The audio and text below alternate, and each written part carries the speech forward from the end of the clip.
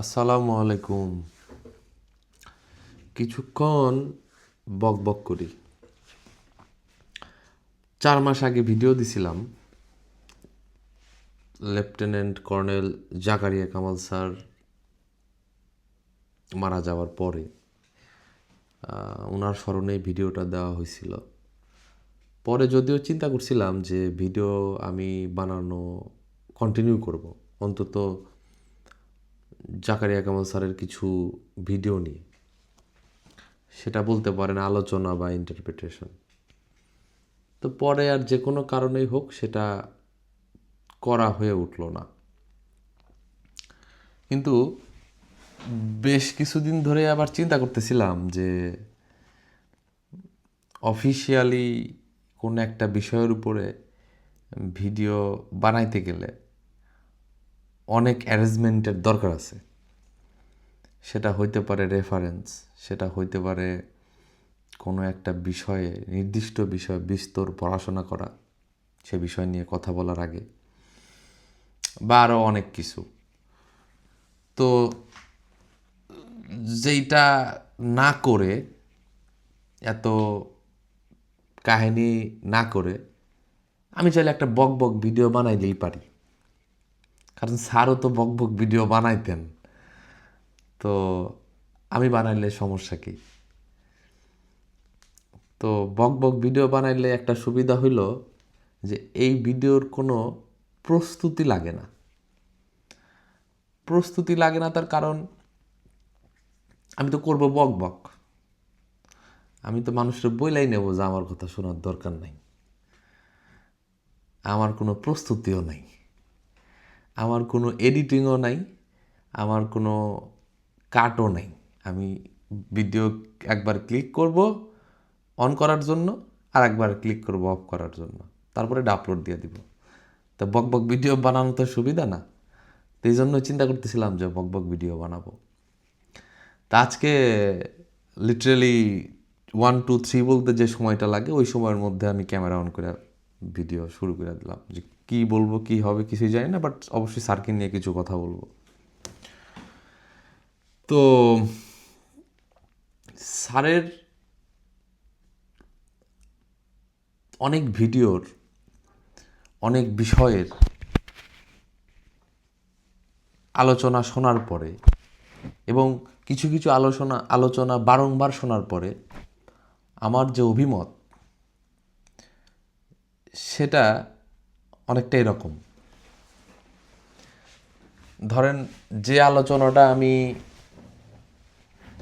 হয়তো 1 বছর আগে শুনছিলাম, ওই একই আলোচনা আমি যখন আজকে 1 বছর পরে শুনি বা যদি শুনি, তাহলে সেটার অভিজ্ঞতা, সেটাকে পারসিভ করার ধরন আমার কাছে ডিফারেন্ট লাগে।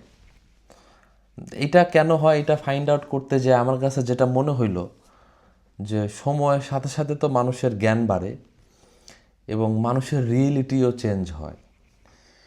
এখন রিয়েলিটি কী জিনিস সেটা বলতে আমি যা বুঝাইলাম, বা সেটা বলতে আমার কাছে যেটা মনে হয় সেটা হইলো যে যেটাকে আমরা যা মনে করি সেটাকে সবাই সেরকম মনে নাও করতে পারে।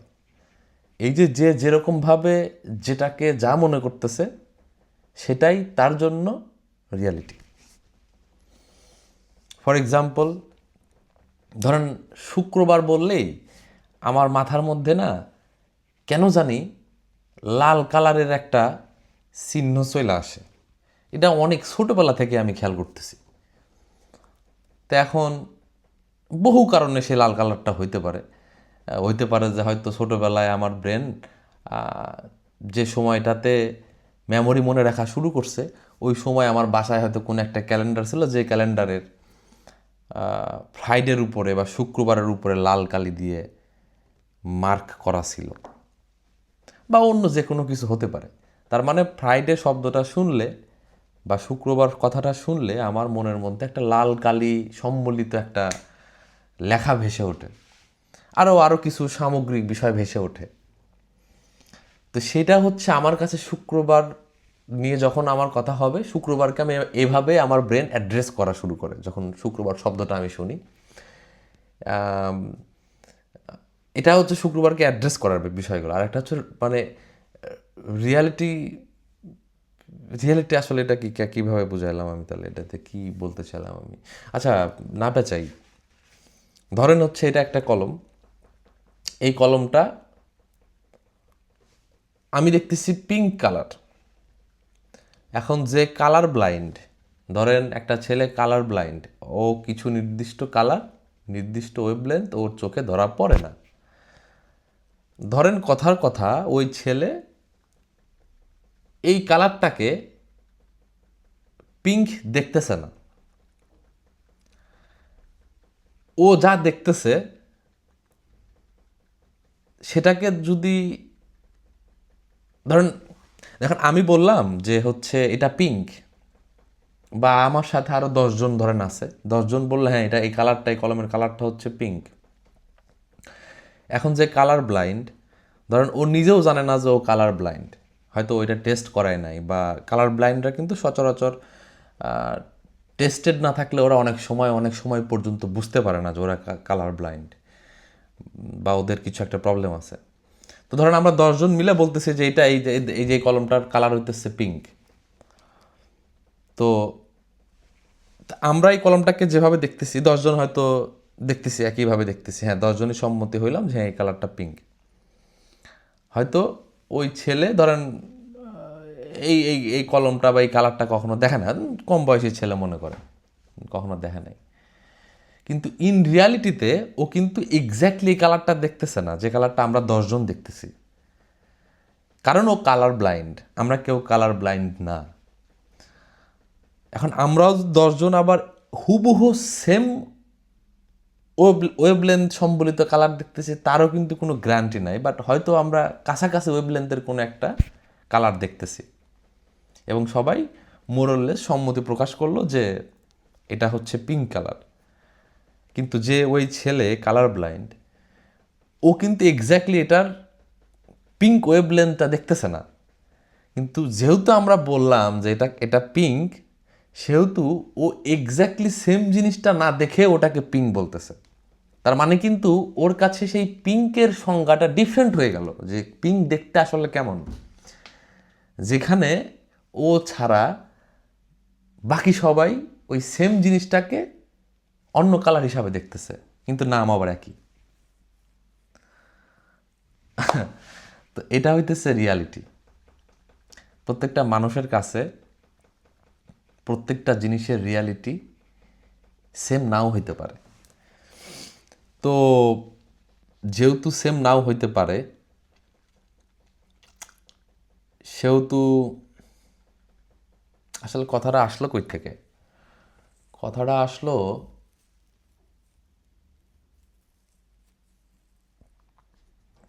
ভিডিও তোটাই না দেখার অবস্থা নেই, তো ভুলে গেলাম কথাটা আসলে, মানে ফালতু বইকা ফেলছি কিছুক্ষণ, বক ভিডিওতে আসলেও বক করে ফেলছি।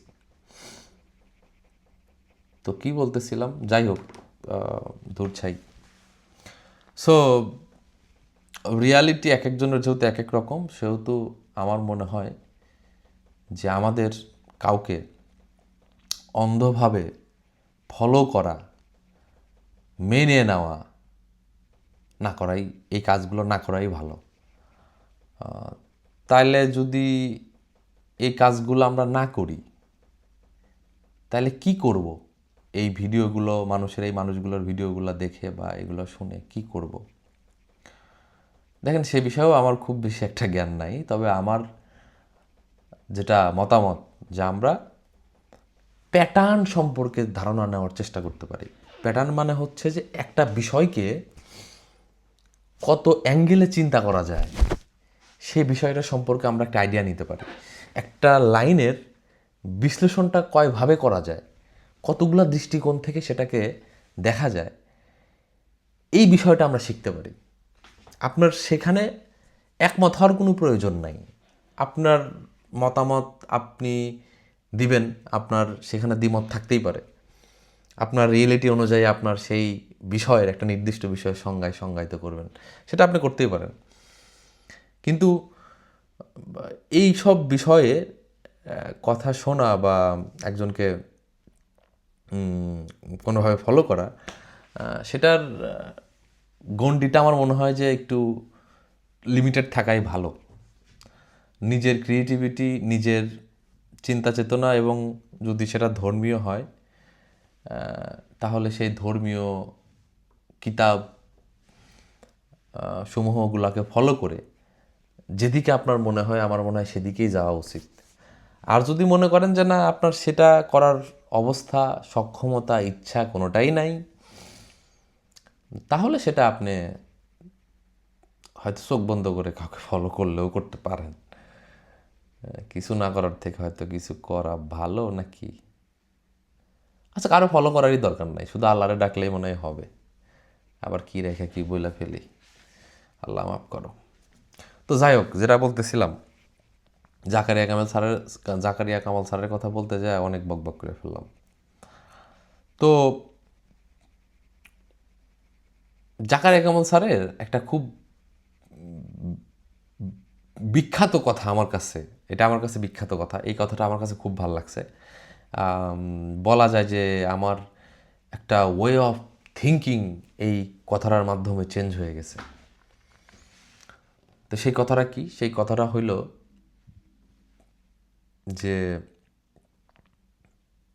একটা ইলেকট্রনেরও চেতনা আছে, এবং উনি এই বিষয়টাকে ডাবল স্লিট এক্সপেরিমেন্টের রেফারেন্স দিয়ে বুঝাইছিলেন। কারণ আমি ডাবল স্লিট এক্সপেরিমেন্টের এই ব্যাপারটা নিয়ে জানতাম। তো ওনার ওই ভিডিওটা যখন আমি দেখি প্রথম, আমি সত্যি অনেক অ্যাস্টনিশড হয়ে গেছিলাম যে আসলেও তো সায়েন্স এখানে খুব বেশি মানে সেন্সিবল এক্সপ্লেনেশন দিতে পারে না। সেইখানে উনি এই বিষয়টাকে এইভাবে রিলেট করলেন বা করে দেখালেন, তো সেটা তো আমি যে অযৌক্তিক বলে যে উড়াই দেবো, তারও তো কোনো আবার যুক্তি আমি দেখি না, তাই না? Make sense.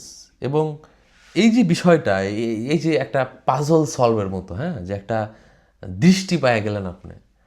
মানে ওই যে হয় না যে 3D মুভি হলে গেলে কি হয়, 3D মুভি হলে গেলে আমাদেরকে একটা বিশেষ ধরনের চশমা পড়তে হয়।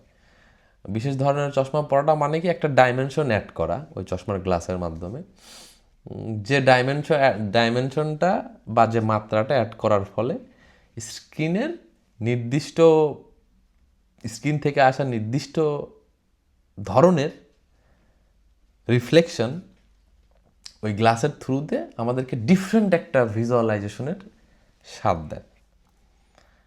তো এই যে একটা চশমা আপনি পরলেন, নতুন মাত্রাযুক্ত চশমা, জ্ঞানগুলোকে বা একজনের এই থিওরিগুলোকে বা এক্সপ্লেনেশনগুলোকে আপনি ঠিক সেভাবে ইউজ করতে পারেন আপনার নিজের আন্ডারস্ট্যান্ডিংয়ের জন্য, বা আমরাই সবাই ইউজ করতে পারি। মানে আমি নিজেকে সহ আর কি সবাইকে এটার কথা বলতেছি। সো আমরা এটা ইউজ করতে পারি। দ্যাট ডাজন্ট মিন যে আপনাকে এটাকে মানে অন্ধভাবে বিশ্বাস করতে হবে, হ্যাঁ এটাই ঠিক, এটাই অ্যাবসলিউটলি ঠিক। এমন হতে পারে যে আসলে আমরা সব জিনিসকে যেভাবে চিন্তা করতে, আসলে ওইটার ব্যাকগ্রাউন্ডে ওটা কোনো কিছুই এরকম না, সম্পূর্ণটাই ডিফারেন্ট। এরকমও হইতে পারে। নো ওয়ান নোজ, একমাত্র আল্লাহ ছাড়া, সৃষ্টিকর্তা ছাড়া। কিছু কিছু অহংকার আল্লাহর, কিছু কিছু অহংকার উনি নিজের কাছে রেখে দিচ্ছেন। উনি সব জানেন, আমরা সব জানি না। এটা ক্যারেক্টারিস্টিক, মানে মানুষের ক্যারেক্টারিস্টিক। মানুষ সব জানবে না, জানতে পারবে না, জানলেও সব বুঝবে না। এটা আমাদের ক্যারেক্টারিস্টিক। এটা মেনে নেওয়াটাও এক ধরনের আমার কাছে মনে হয় যে জ্ঞানের প্রতি সম্মান দেখানো। যে আপনি মেনে নিচ্ছেন যে আপনি সব কিছু বুঝবেন না, আপনার পক্ষে সব কিছু বোঝা সম্ভব না, জানাও সম্ভব না। আপনার যে এরর আছে, আপনি যেটাকে যেভাবে জানবেন, সেটা জানার পরেও যে আপনি 100% শিওরলি বলতে পারবেন না যে এটাই সঠিক, এই বিশ্বাসটা বা এই ধারণাটাকে আমি খুব মূল্যায়ন করি। এবং আমার কাছে মনে হয় যে এটা ওপেন মাইন্ড থিঙ্কিং বা ক্রিয়েটিভ থিঙ্কিংয়ের ক্ষেত্রে খুবই প্রয়োজনীয়। তো যাই হোক, বক বক ভিডিও অনেক বেশি হয়ে গেল। অনুপ্রেরণার জায়গা lieutenant colonel Zakaria Kamal sir, ওনার থেকেই এই বিষয়টা আয়ত্ত করার চেষ্টা করেছিলাম, কিন্তু হয়নি। আজকে তার একটা অ্যাটেম্প বলতে পারেন বক বক করার চেষ্টা করা, বাট জানি না এটা কন্টিনিউ করতে পারবো কি না। বাট যদি পারি, মানে আমি মন থেকে বলতেছি, এটা হবে আমার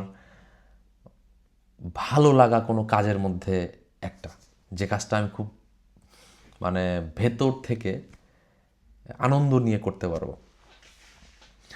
এবং এই লেগাসিটা যদি ধরে রাখা যায় কোনোভাবে, হ্যাঁ, তাহলে মন্দ হয় না আশা করি। আমরা দেখা যাচ্ছে যে বক বক ভিডিওগুলোর মাধ্যমেই নিজেদের মধ্যে একটা কমিউনিকেশন তৈরি করে ফেলতে পারবো ইনশাল্লাহ। তা আল্লাহ সবাইকে জাকারিয়া কামাল স্যারের বক্তব্য এবং কথাগুলোকে সঠিকভাবে সত্যের পথে বোঝার তৌফিক দিক, এবং স্যারের কাছ থেকে আমরা যেভাবে যে যে যে ধরনের জ্ঞান আমরা অর্জন করতে পারছি এখন পর্যন্ত, সেই জ্ঞানের কৃতজ্ঞতা স্বরূপ আমরা সবাই ইনশাল্লাহ স্যারের জন্য দোয়া করব, যেন উনি আল্লাহ ওনাকে জান্নাত নসিব করে। স্যারকে আবারও স্মরণ করে আজকের মতো বক বক শেষ করতেছি। সবাই ভালো থাকেন। আল্লাহ হাফেজ।